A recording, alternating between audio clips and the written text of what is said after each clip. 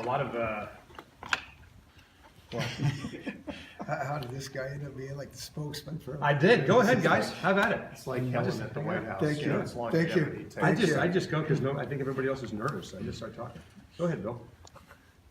What do you got, Bill? Come on, Bill.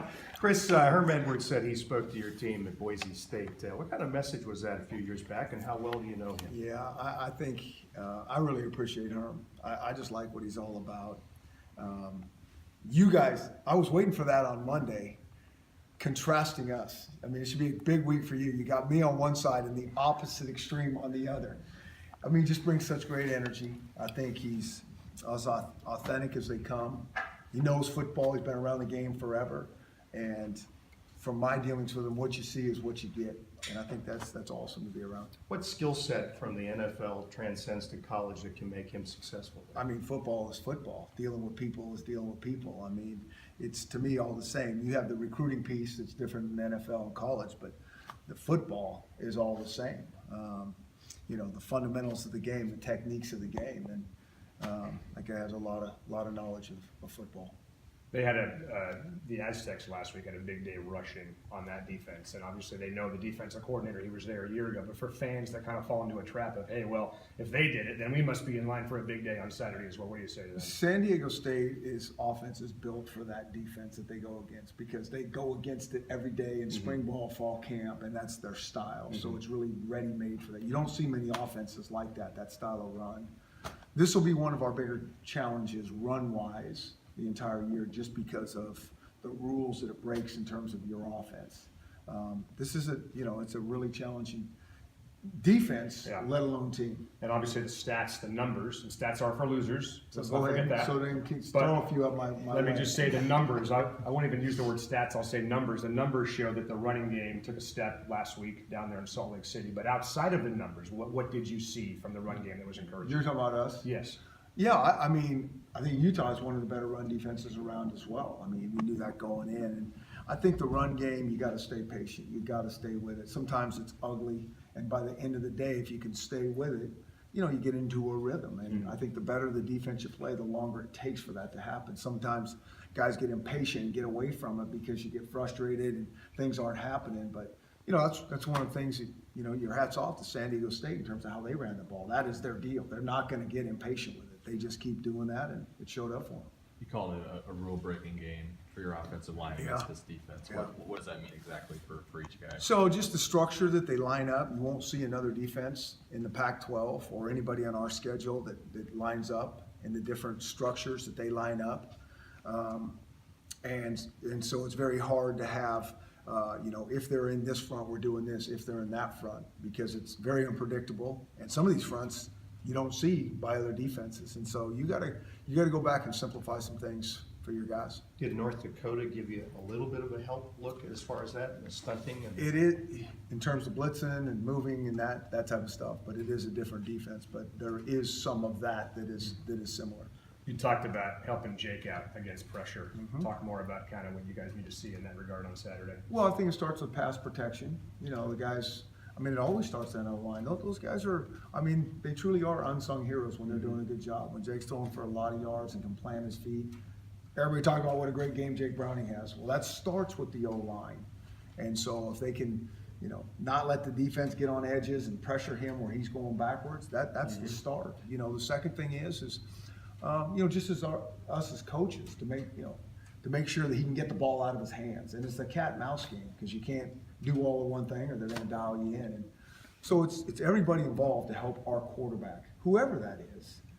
That's what you're trying to do is make that guy successful. Caleb talked about Jackson and how he doesn't really need to tell him much. He kind of feels like he gets most of everything you guys are doing for a redshirt freshman. How kind of unique is that? Yeah, he's done a really good job. I think the big thing with him, it's just experience. He knows, but then those bullets start flying fast, and you got to make quick, fast judgments and decisions. And so, but it is nice that he does know what's going on. If there's a mistake made, it's not like, what? And they know. Now, what kind of role does Trey play? He's not playing right now. Meetings, film room, talking to the kids. What kind of role is he playing for you right now? He's not playing. That's a great question. I really don't have any idea what he's playing right now. Good try, Softy. I didn't ask you when he was playing. I asked you what kind of role he's playing. for We're you right working now. on his role. Yeah. We're working on What's his your role. biggest concern this weekend or Saturday? Well, I tell you, my biggest concern every weekend is really the same, that we are ready to play our best football. And I don't say that lightly, because I think it's really hard to be at that emotional peak every single week. And if you're not in this league, I just think with the parity, it's not going to happen for you. And so I think those kids really played hard last week. It was a physical game, which we've talked about ad nauseum around here. But it has to be like that every week. We always have a unique set of problems that we're trying to solve as coaches, you know, in terms of the people coming in. But are these guys really, really ready to play? And it's kind of the same every week for us. It's kind of strange, you've only had one home game. And, Yeah. you know, it was a smaller crowd for that. How much more do you get done on a week like this where you don't have to go out on the road? I mean, our weeks are really the same. The time is the time. And so, practice-wise and all that, we're all limited, so that doesn't change. The one thing that is awesome is coming home to a really nice crowd. I mean, that does change things. That changes things for the team. I think it changes things for the fans themselves, and so we're excited to be home in front of a big crowd. What do you remember about the recruiting process for N'Keal Harry? And did you ever think at any point in time that maybe him and Byron had a desire to play together somewhere? Oh, yeah.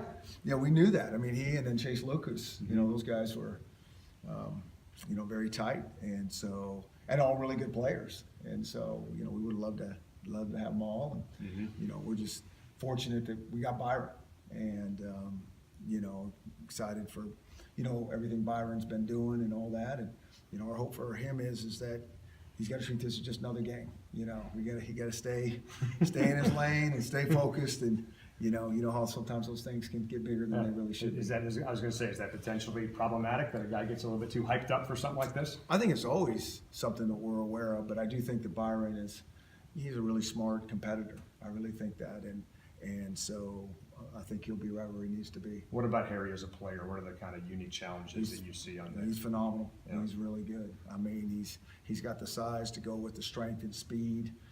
He's one of those guys that's going to make his plays, and you just hope to slow him down a little bit. Something like N'Keal, is that something that you game plan for, or is the system and you still just keep in that? It's a little bit of both. I mean, they have a really good receiving core. So you can't just say, we're going to take him out of the game and we're good, because you're not. And so that's a tough challenge, especially when you couple that with a good thrower.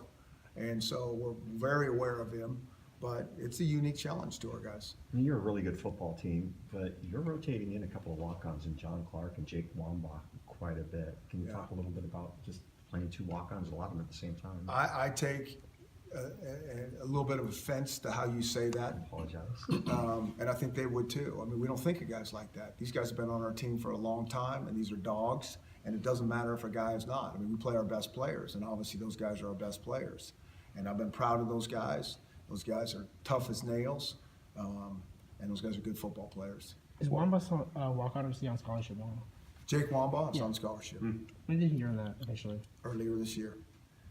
The rushing numbers for ASU offensively don't look great on paper, but, you know, Benjamin is a pass catcher out of the backfield. Yeah. Kind of talk about that a little bit.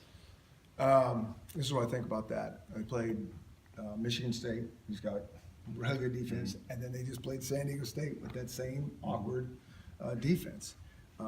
So they're no different than us in terms of like, yeah, we'd like to run the ball, we'd like to get this going, we like our run numbers to be better.